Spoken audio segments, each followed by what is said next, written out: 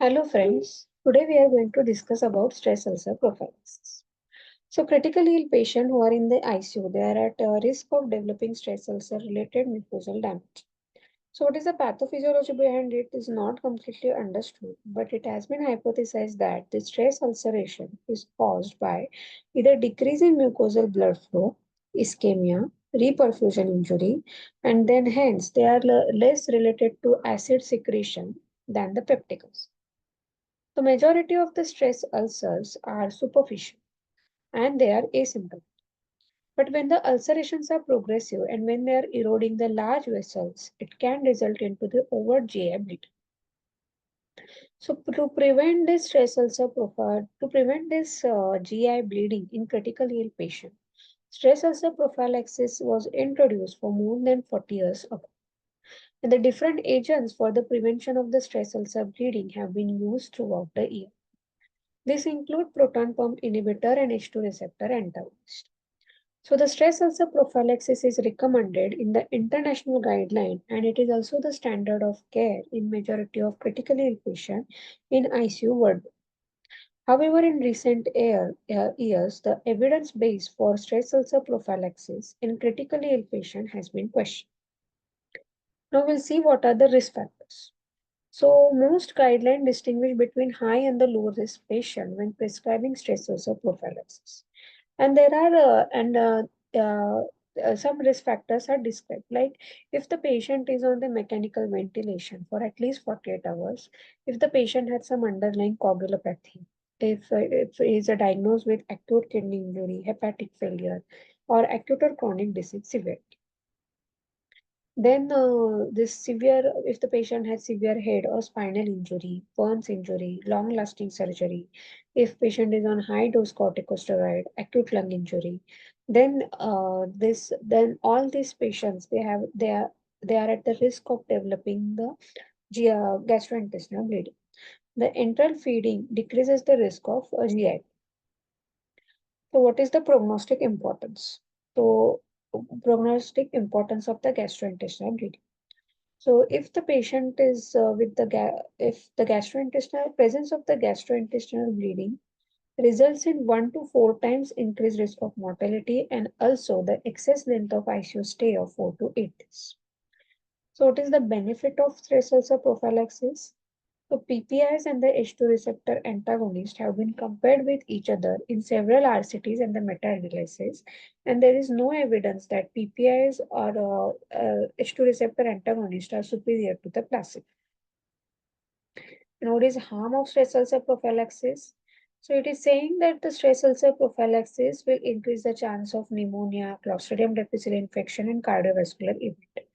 But there is no evidence that stress ulcer prophylaxis will increase the chance of this ventilator-associated pneumonia. The Clostridium difficile spores, they are already acid resistant, so we don't have any clear-cut evidence that because of the stress ulcer prophylaxis, there is an increase in the Clostridium difficile infection. So we'll see what are the evidences regarding this stress ulcer prophylaxis. So in 2018, the trial, which was a stress ulcer prophylaxis ICU trial, was published in NEJM. And according to this trial, the adult patient in ICU who are at a risk of gastrointestinal bleeding, mortality at 90 days and the number of clinically important events were similar in those assigned to pantoprazole and those assigned to placebo. That means there was no benefit of pantoprazole compared to placebo in patients who are admitted in the ICU. Then in 2020, peptic trial was published to compare between proton pump inhibitor and H2 receptor antagonist, but there was no significant difference in the mortality. So there was a no clear-cut statement that the PPI is better than the H2 receptor blocker or vice versa. Then in 2024, revised trial was published regarding the stress ulcer prophylaxis during invasive mechanical ventilation. So according to this trial, if we use the pantoprazole in mechanically ventilated patients, then there was a lower risk of clinically important gastrointestinal bleeding, but there was a no benefit in mortality.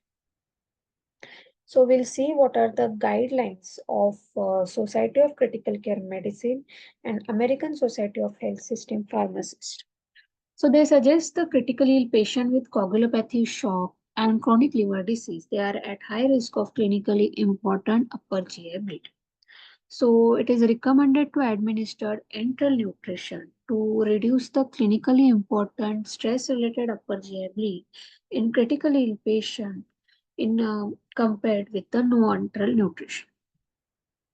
So, and they also suggest that the critically ill patient with coagulopathy, shock, and CLD, they are at high risk of over GI. Then what is the pharmacologic stress ulcer prophylaxis? It is recommended to provide the stress ulcer prophylaxis to prevent clinically important upper GI bleed in critically ill patients who are at risk factors. And it is also recommended using the stress ulcer prophylaxis in neurocritical care adult to reduce the clinically important stress-related upper GI bleed. Then regarding the stress ulcer prophylaxis and enteral nutrition. It is suggested using the stress ulcer prophylaxis for critically ill patients who are enterally failed and possess one or more risk factor for clinically important stress-related upper GI bleed. Then they suggested of not using stress ulcer prophylaxis for critically ill patients who are enterally failed and at low risk.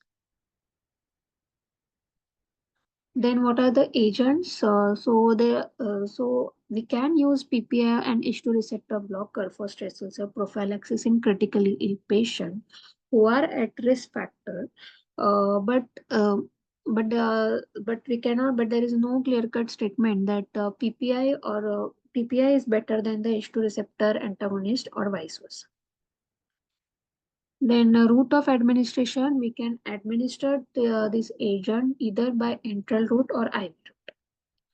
Then regarding doses, the low dose stress ulcer prophylaxis is preferred over high dose. Then regarding the cessation, when to stop. In critically ill patient with risk factor for developing stress ulcer related upper GI bleed, then the stress ulcer prophylaxis should be discontinued once the risk factors are no longer there.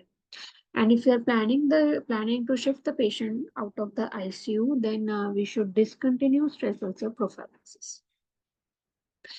Then, in critically ill patients who do not have the risk factor for developing clinically important stress-related upper GI bleed, but are on the stress ulcer prophylactic agent before ICU admission, the indication for this medication should be reviewed and consideration should be made for discontinuing them.